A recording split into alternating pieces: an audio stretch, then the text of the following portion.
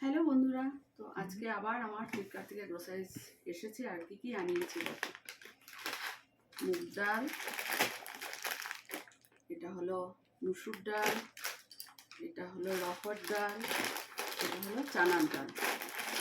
এখানে আছে ময়দা, সুজি, চিরা, হলো ব্রাউন সুগার,